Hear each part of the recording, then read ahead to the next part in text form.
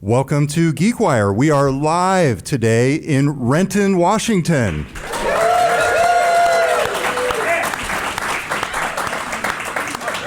Hey everybody, I'm GeekWire editor Todd Bishop. And I'm GeekWire podcast producer Clare McGrane. We are, as we said, coming to you on the road this week as we explore Renton, Washington, just about 13 miles south of Seattle.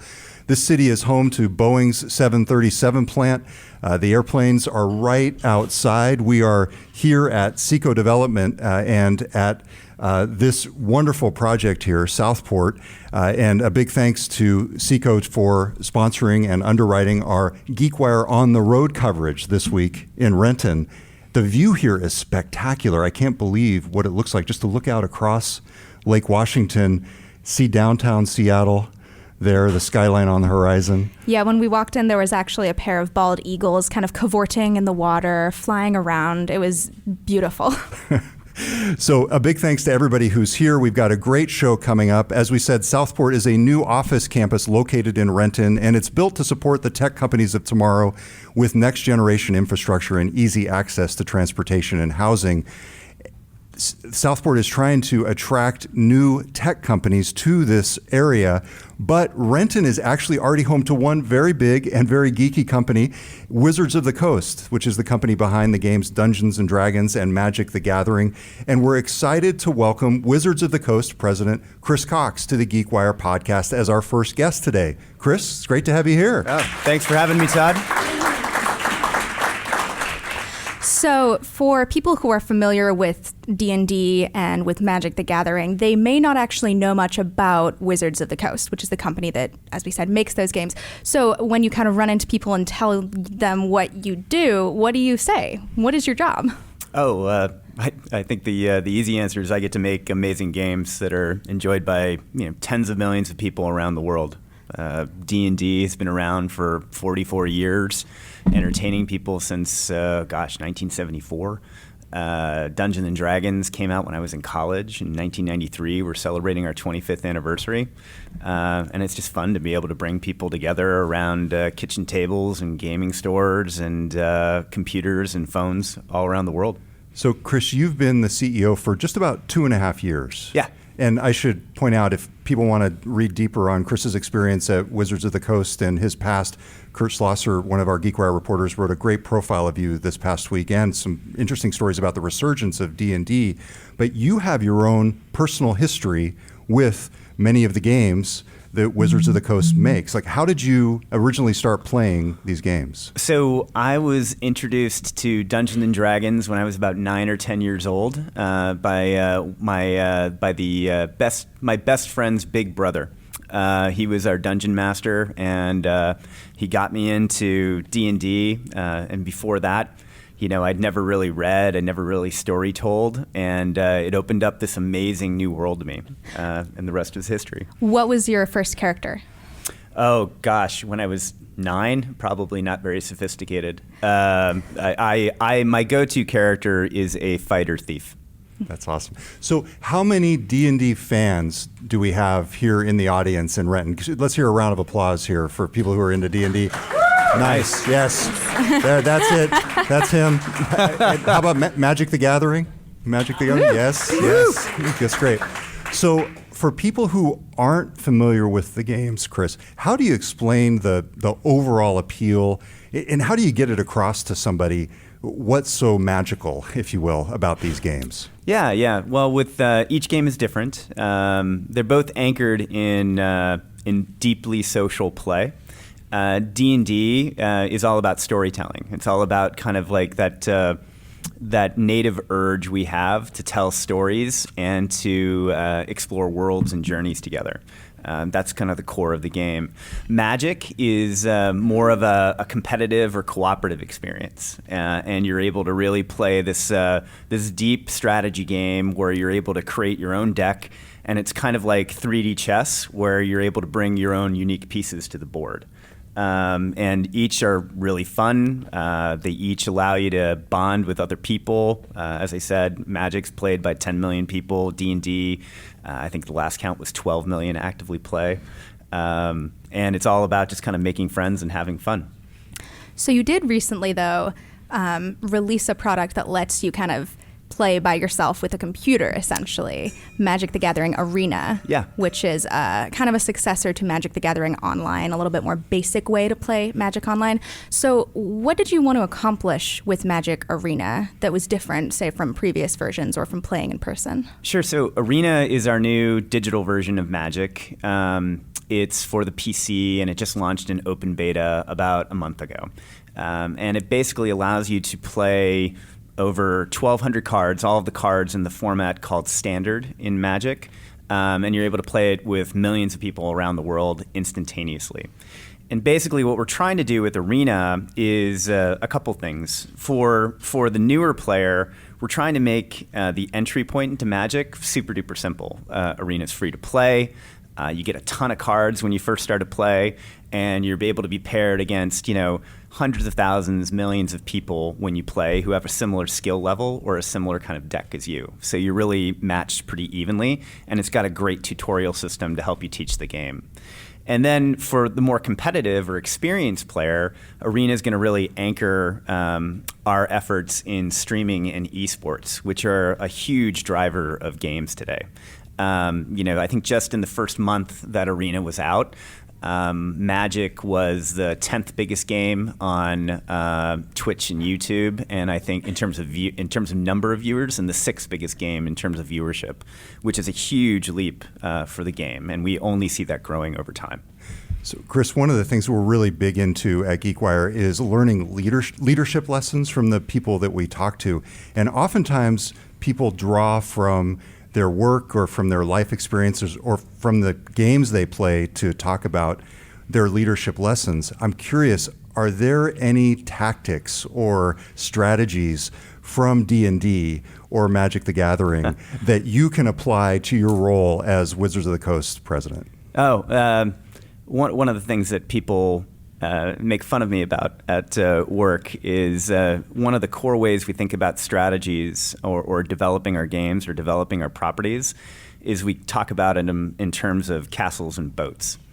And castles are like these big IPs that you have that have kind of like a moat around them, and they're important aspects of our business, but they tend to be kind of more solidified. And boats are these things that we can kind of send off and explore kind of new realms or new ideas. So that's kind of a fantasy metaphor that we use from the games. I actually lost a bet, and I had to name myself in Arena Bodie McCastleface for the whole team. But I also think, the other core thing that you learn from our games is the power of storytelling in explaining things and in bringing strategies and concepts to life. Mm-hmm. I think that's super duper important and super duper compelling. Mm-hmm. I know that one of the boats that you're exploring and sort of sending off to see if it comes back with anything interesting is this whole idea of augmented reality, AR. And I know this is very early. You're just sort of looking at it in a sort of an exploratory phase, things like the Microsoft HoloLens and the Magic Leap, where you would wear goggles and it would have an impact on the tabletop in front of you. Because at its heart, for example, Dungeons & Dragons is a tabletop game, even though you're getting into more digital areas. Where do you draw the line, though? Because this is a fundamental question for all these technologies. Where does your imagination as the player stop? Where should it be appropriate for it to stop? And where should technology take over? And how do you think about that? Well, I think with AR, some of the new technologies are pretty sophisticated. Certainly Magic Leap and HoloLens are amazing pieces of technology. They're still pretty early, and they aren't necessarily ready for broad-scale consumer adoption yet. But then you also have phone platforms like what iOS does and what Android is doing that are maybe not as sophisticated because they don't have all the bells and whistles and sensors, et cetera, associated with them, but each kind of have their roles. If you're thinking about high end and what we're thinking about in terms of exploring there, just imagine being able to play a game of Magic with your cards. And as you play a card, those cards kind of come to life, similar to what they might do on Arena, where you have animations that kind of blow up with the cards, or the AI is able to detect when you have two cards come together, they have some kind of little fight. And it just kind of brings the fantasy to life or gives a nudge for the fantasy for you. On a simpler technology, like just using your phone, I think we're really interested in the whole concept of being able to dungeon crawl or adventure in real life. So being able to walk around and someone being a dungeon master in your neighborhood who leaves little adventures for you, and you can see portals into those adventures through your phone and be able to experience those.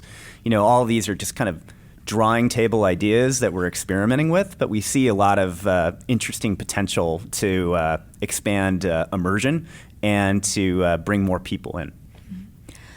So in the same vein, you have, as you're mentioning, millions of fans around the world who feel very strongly about the games and are passionate about the games. And even when you try and do something like Arena, there's a bit of a resistance because you're changing something that people love deeply or adding something to it that's kind of new. So I'm curious how you balance paying tribute to that and being loyal to kind of the core of the game and trying to still evolve and grow it and keep it kind of not stagnant but moving. Yeah, I mean, certainly when you are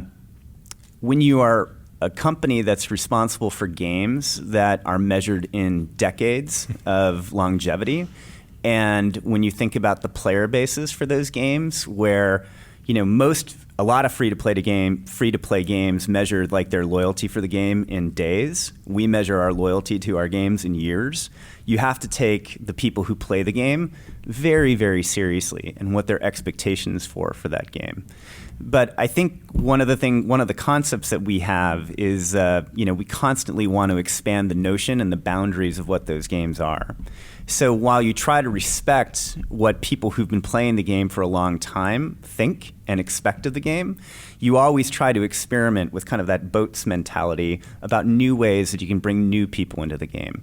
And that's either through new game expressions, it might be through new entertainment expressions, whether those are books or things that we might do online, or through more traditional kind of entertainment mediums. And you just kind of balance the approach and make sure that the people who've been here for a long time have their kind of meat and potatoes experience, and the people that you want to bring in tomorrow, you're kind of expanding. You're taking a nod to what the meat and potatoes experience are, but you're maybe offering them maybe a slightly different entree or a different appetizer. So we're here in Renton, Washington this week, and that's why we're here at the Southport complex. And you are really remarkable as Wizards of the Coast for being a sizable technology company here. Yeah. And even though obviously you're involved in tabletop games, as you're saying, I mean, this is a technology venture in a lot of ways. Talk about what it's like to run a company in Renton. Do you ever have to basically pay people more to come here, pay people less because it's so awesome? Like, where are you in terms of recruiting, and how does Renton fit into your picture and your culture as a company? Well, I think we're fortunate in that, I've never gone to a game development studio, whether it was in this iteration of my career or in previous jobs, where there hasn't been a active Magic club or an active like Dungeons and Dragons club. It's just common inside of games, and it's even common inside of a lot of technology companies, as your article about a bunch of CEOs who kind of play D&D show. So we have a great fortune of having people who've been playing our games for a long time and have a lot of passion for them. I think Renton is an easy place for people to get to. A lot of our employees live in West Seattle, they live in Bellevue, or they live in kind of the Issaquah corridor, and that's like an easy 20, 25-minute commute. And then the other nice thing about Renton is it's really kind of closer to kind of like more of the exurbs of Seattle, so you can go out to Maple Valley or you can go to closer to Tacoma, and your money can stretch farther. And that tends to be a benefit for people who are either already in Seattle or moving into Seattle from another part of the country, which maybe has a lower cost of living. So we're going to be talking with GeekWire reporter Taylor Soper later on, who spent the week here, but one of the aspirations that Renton has as a community, many of the folks here, is to turn this into even more of a technology hub. What do you think the chances are of that, and what does this place need to do differently to get itself there?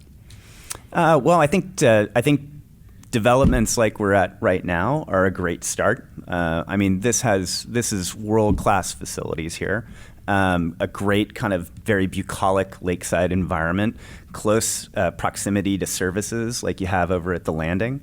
And I think Renton needs to do more of that. If there's an issue with where Wizards' location is today, it tends to be a car ride away from everything. And I think people in technology and people in creative fields, they don't want to be a car ride away. They want to be able to walk to work or walk to the services that they like. They want to have easy public transportation to those services. And Renton needs to continue to lean into that infrastructure. But I think that will happen. I think there's just too much technology, too much investment in the greater Seattle area. And Renton offers too great of a bargain for people not to want to start investing in that and moving down here. I want to go back and touch on a technology that's come up a couple times now, live streaming. So live streaming for both Magic and D&D has really, really taken off. Yeah. And the thing that's interesting about it, people may be surprised about it, is that it's players, it's fans. It's not like, necessarily Wizards of the Coast employees are out there running these live streams. So tell me about how that has been for Wizards to kind of launch into that arena and how it's part of the business now. Well, I think it's been a huge catalyst for our business. D&D 5th edition came out about 4 years ago. And, we're on trajectory for our 4th year of good-sized double-digit growth, in excess of 30% growth per year for D&D. And I think part of that is 5th edition is just a great product. 5th edition is the latest version of D&D in the rule set. It's kind of guidelines focused. It really helps with open-ended problem solving and storytelling. But I think streaming has been a huge kind of tailwind for us. I think in the last year, we've had 7,500 different people who stream D&D. And, there's hundreds of millions of minutes of viewing time. I think 9 million or 10 million people watch D&D in a given year, which is amazing because it's famous actors, it's famous voice actors, it's just, Joe and Jane Schmo down the street just kind of having fun and playing the game. And, for the first time ever, we do surveys of gamers and we kind of find out how did you learn about the game and how did you get into it. In 2018, for the first time ever, watching a stream and learning about the game from a stream eclipsed learning about the game directly from a friend. And it just shows the power of platforms like YouTube and Twitch, and we've really been leaning into that.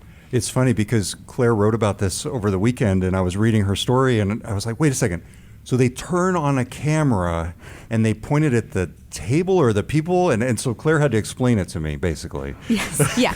Normally you look at the people, which is the most interesting part.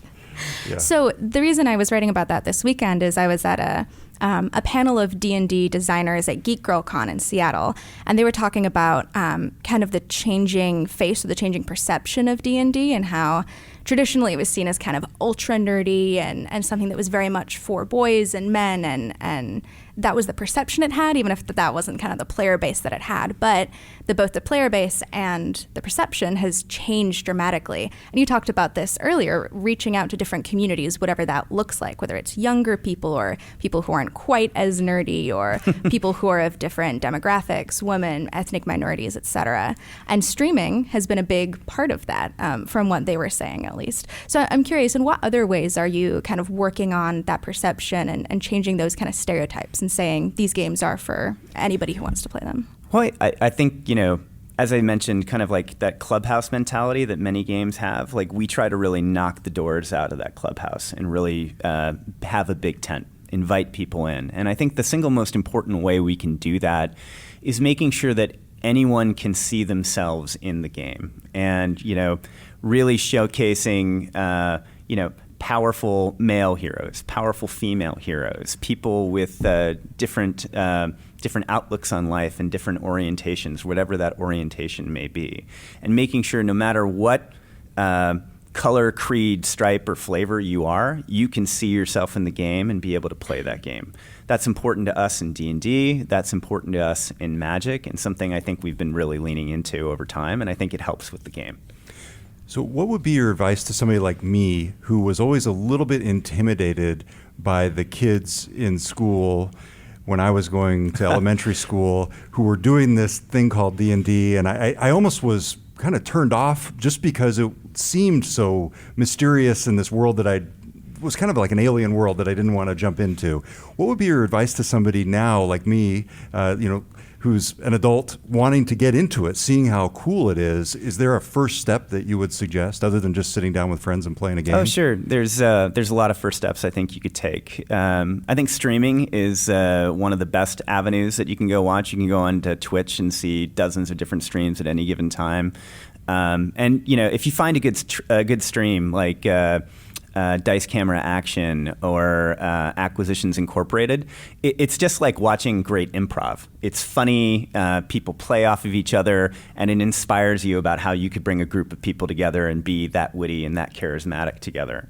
If that's maybe a little bit too big of a gap for you because you're just kind of shy, we also have other games that kind of help onboard you into the game. So we have board games that kind of have a ready-made character for you, and the board game actually acts as the dungeon master. And then we have a new card game coming out that's kind of like Exploding Kittens meets Dungeons and Dragons called Dungeon Mayhem. And it's just a really simple game where you take the role of a kind of like a classic character, like a rogue or a paladin or a fighter or a wizard, and you battle each other across the table. And my wife wasn't a big D&D or fantasy fan growing up, and my daughter definitely is not a fantasy fan. And we've gotten them into my son and I have gotten them into Dungeon Mayhem, and that's kind of like their entry point into the franchise. You got the coolest job ever. I mean, to grow up as a D&D fan and have this history with the game. Did you ever think you would be running the company that makes these iconic franchises? No. I dreamt that would have been super cool. Well, let me not geek out too much. Please, let's put it this way. You're on the GeekWire podcast. Yeah, let me put it this way. If I was able to go back in time and have a conversation with my 10-year-old self, I think my 10-year-old self would improve. He'd be really happy with how things worked out. And it's great because, like when I started playing D&D, I'd never read a book. I'd never written anything creatively. I was just kind of a kid who I was diagnosed as hyperactive by my doctor at the time and told not to drink caffeine, which was hard as a 10-year-old in Cincinnati, Ohio. When I discovered D&D, it really just kind of like lit a creative flame inside of me. And I started reading. I read the Lord of the Rings series. I read the Shannara series. I started writing for the first time.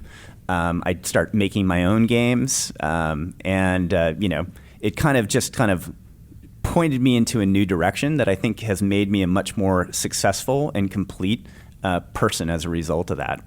And when I told people about that at work, I can't tell you how many people said, that happened to me at the exact same age, at the exact same time. And it's just such an honor to be able to kind of share something that had such a positive impact on you, not just bringing smiles to your face, but helping you complete yourself as a person. And that's what really gets me going when when I wake up in the morning and get to go to work. Chris Cox is the president of Wizards of the Coast, the maker of Dungeons and Dragons and Magic the Gathering. Chris, thank you so much for being on the GeekWire podcast. Todd and Clare, thank you. Absolutely.